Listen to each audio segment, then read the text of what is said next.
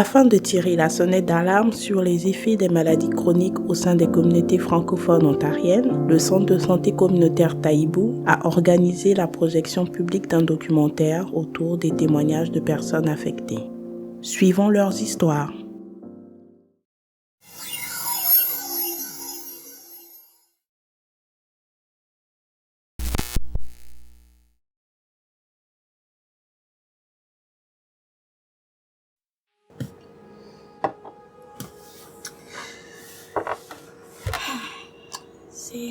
C'est parfois un peu gênant de parler d'hépatite B.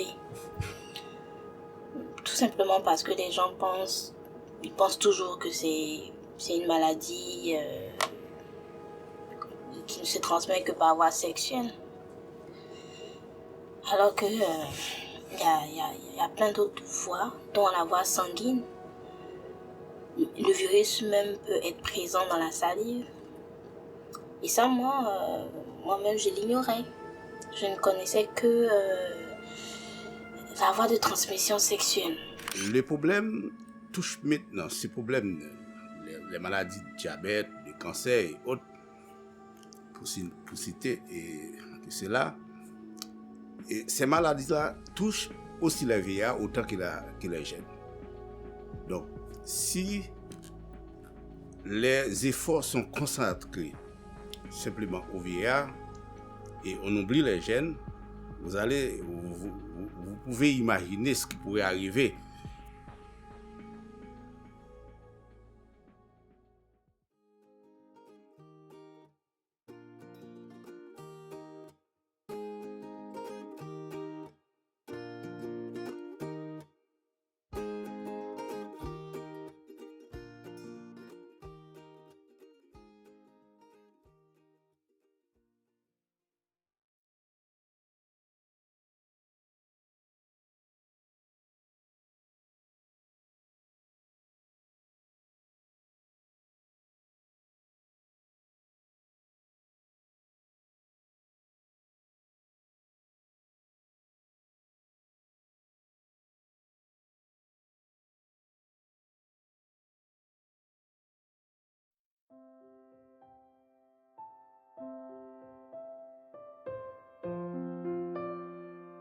Moi, en tout cas, quand on m'a dit « Monsieur, vous avez le cancer de la prostate », la première fois, je n'avais même pas entendu prostate. Moi, je suis resté sur le cancer. J'ai vu la mort tout de suite, quoi. Donc, en fait, quand tu commences à avoir 45 ans, 50 ans, 60, il faut commencer à t'informer sur la maladie. Sinon ça passe pas. Tu risques d'avoir une surprise. C'est une surprise désagréable. Parce que le cancer de la prostate, c'est un peu... ça, c'est la chose que tous les hommes, en tout cas, si Dieu te donne à vivre assez longtemps, tu vas forcément faire face à ça. Moi, j'ai appelé mon fils, je lui ai dit, écoute, va t'informer. 40, même quand tu es plus jeune, tu peux t'informer. Le mieux tu es informé, le mieux c'est. Il n'y a pas de honte. La honte, ça tue. Il faut pas se leurrer. Pas se leurrer. Moi, c'est la stigmatisation. Donc, j'allais regarder les gens dans les yeux pour dire ça, mais si tu as fait ça ici, demain tu passes dans la rue, on dit tu as cancer, On te demande même pas c'est quel genre. Donc, c'est cancer, c'est contagieux, tout ça.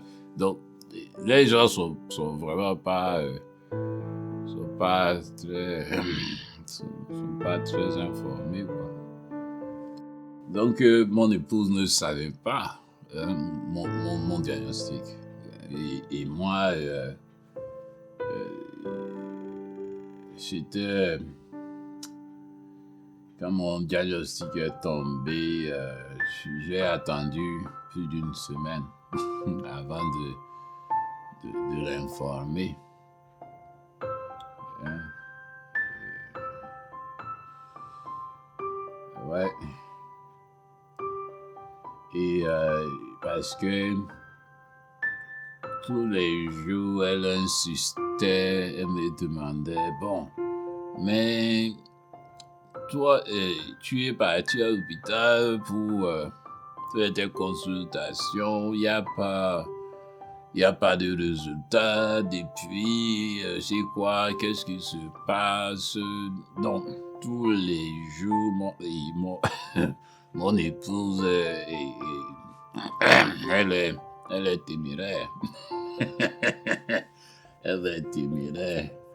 Donc, elle me harcelait comme ça, là, tout le temps. Donc, bon, finalement, j'ai tout déballé. Et voilà, je lui ai dit, j'ai un cancer de la prostate. Et je lui ai dit, bon, tout ce que je pensais, les idées, comme je disais, les idées que je me faisais, toutes les bêtises que je me racontais moi-même, hein, je me contais des affaires, là. Et donc, je lui ai dit, voilà, mais tu sais tout maintenant. Elle est allée s'apprêter, et puis quand elle est revenue, elle était déjà habillée de la tête aux pieds. Allez, lève-toi, on s'en va. Elle dit, mais on va où? Elle m'a attrapé par la main et allez. En fait, j'ai compris, c'est là que j'ai compris qu'il y a quelqu'un, que mon épouse comprenait tout ça, et elle était d'ailleurs mieux informée que moi sur la question, parce que elle participe beaucoup aux activités du centre de santé communautaire Taïbou. Donc, je pense qu'ils ont des activités informatives, des choses comme ça. Là. Et c'est comme ça que elle est tellement très impliquée que elle savait beaucoup de choses. Donc, j'aurais gagné même à parler avec elle, à me confier directement. Ça allait être plus court. Et je me serais un peu évité tout le cinéma que je me suis fait. Cette maladie-là, le cancer de la prostate, si tu traînes, ça peut infecter les autres tissus autour de la prostate. Bon, après ça, si tu traînes encore et que tu es dans ton cinéma, ou comme je dis, tu sors dehors, tu marches, les gens te regardent, tu as l'impression que tout le monde connaît, que tu as la maladie, que ton médecin est allé raconter ton affaire dehors, tout ça. Tu restes dans ça et un beau matin, on te dit que tu as les poumons infectés ou les reins qui sont infectés ou les os qui sont infectés. Pourquoi je dis que je suis chanceux? Je suis chanceux parce que j'ai mon épouse qui, comme je disais, qui connaît, qui est informée. Donc, qui sait, qui savait comment, qu'est-ce que, pourquoi, où partir, qu'est-ce que faire en entendant, parce que je suis en préparation pour l'opération.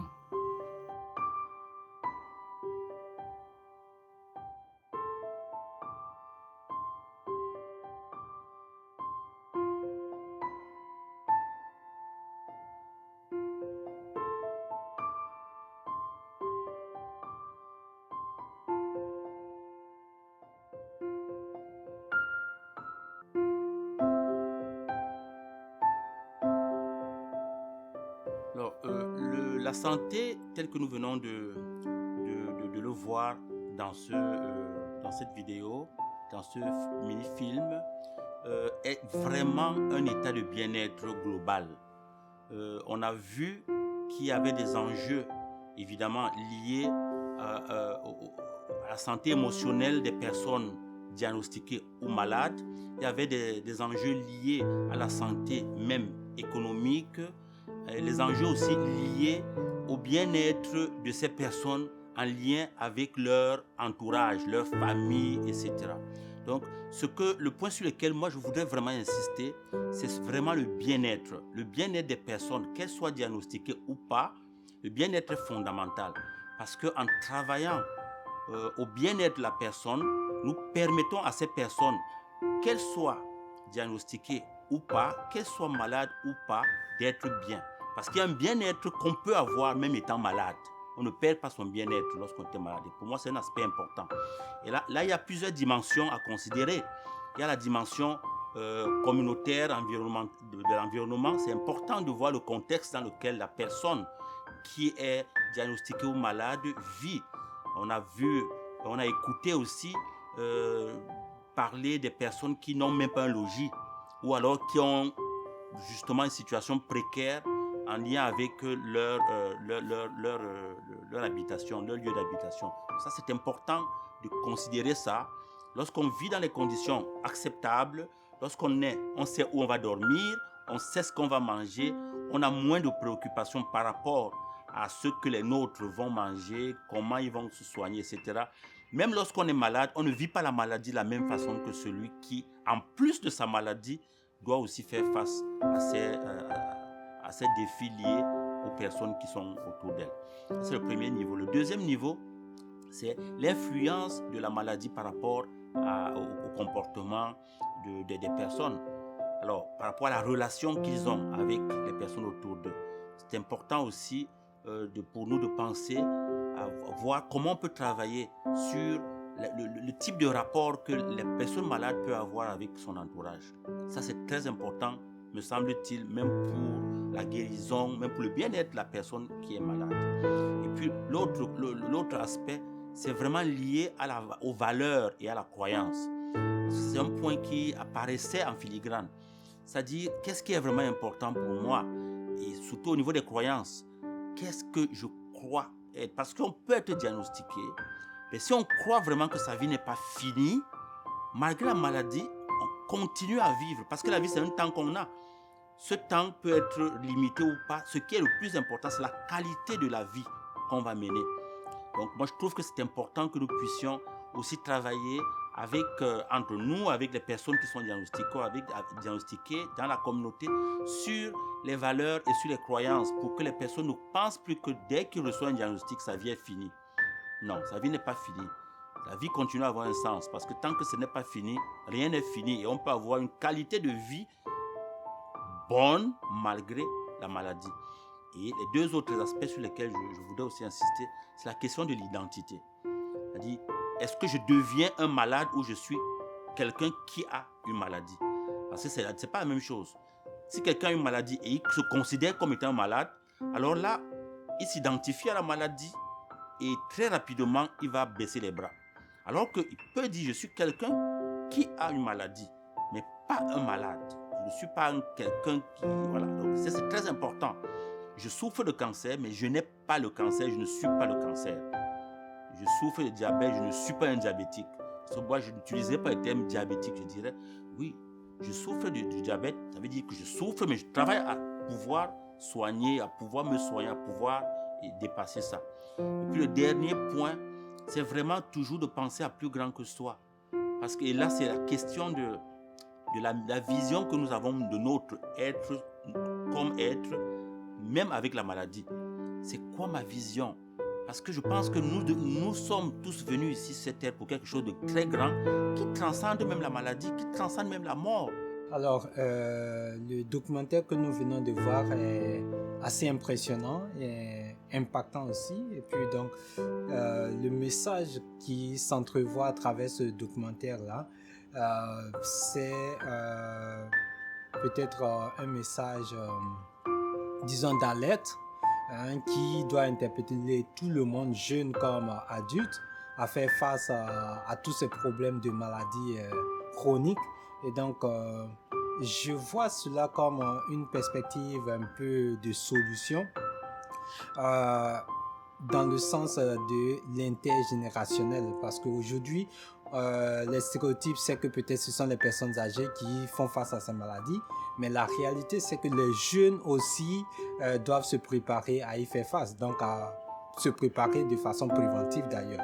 Et c'est pour ça que dans les solutions, les pistes de solutions, on peut proposer des approches intergénérationnelles, donc amener les jeunes aussi, accompagner les adultes qui font déjà face à ces maladies pour les aider notamment à avoir peut-être une vie beaucoup plus facile quand bien même ces personnes vivent avec cette maladie. Mais en même temps, c'est aussi un message pour les jeunes pour bien se préparer et travailler dans le sens de prévenir ces maladies, c'est tout. Le message que nous voudrions envoyer à l'égard de la communauté, c'est qu'il y a des sujets qu'elle en fait vraiment tabou, et nous voudrions que notre communauté, la communauté francophone surtout, puisse sortir de ce carcan-là pour pouvoir vraiment parler des maladies chroniques et aussi de la problématique de santé mentale, qui fait vraiment payer un lourd tribut à notre communauté, soit par des suicides, soit des morts à petit feu. Et là, il y a des choses qu'on devrait, par exemple, souvent en parler, parce que si on n'en parle pas, on s'étouffe nous-mêmes et à la longue, ça devient un peu difficile. Imaginez si quelqu'un est dépisté positif au cancer. Donc, si on dit à la personne que vous avez le cancer, vous êtes dans un pays étranger où il n'y a pas toute votre famille, vous allez vivre cette maladie seul, vous allez compatir seul, et vous allez vous brûler seul. Et là, qu'est-ce qui se passe par la suite? Il faudra en parler. Il faudra être ouvert à parler à son médecin, à son entourage de ces maladies-là surtout. Et nous qui travaillons auprès de cette communauté de façon directe, savons de quoi il s'agit et comment cette communauté est en train de souffrir de ces maux-là. Parce qu'on n'en parle pas. Mais aujourd'hui, pour ceux qui se sont ouverts et qui se sont donnés au dépistage, ils savent au moins leur statut par rapport à ces maladies-là. Et ça leur permet quand même de prendre des mesures au cas où ils ne sont pas malades, de prendre des mesures pour éviter cette maladie. Et au cas où ils sont malades, au moins ils ont le temps, comment on appelle, d'éviter les conséquences fâcheuses. Et aussi, par rapport aux jeunes avec qui moi je travaille et presque tous les jours, ce sujet-là, c'est vrai, ça faisait un peu tabou, mais avec le temps, ils ont compris de parler de problématiques de la santé mentale. On en parle le plus souvent, on organise des ateliers avec des experts et les jeunes s'ouvrent. Et ils posent des questions même en dehors des ateliers, en dehors des activités. Et quand ils viennent nous voir pour des choses confidentielles, ils nous en parlent. Et ça nous fait chaud au cœur de leur chercher des ressources pour pouvoir les aider. Et comme aujourd'hui, vous l'avez constaté, plusieurs leaders d'organismes étaient là, des leaders religieux étaient là, les jeunes eux-mêmes et aussi les membres de la communauté étaient là. Ensemble, nous avons entonné l'hymne de la sensibilisation.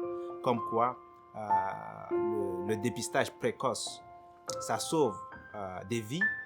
Et quand ça sauve des vies, ça sauve des familles. Et quand ça sauve des familles, ça sauve une communauté.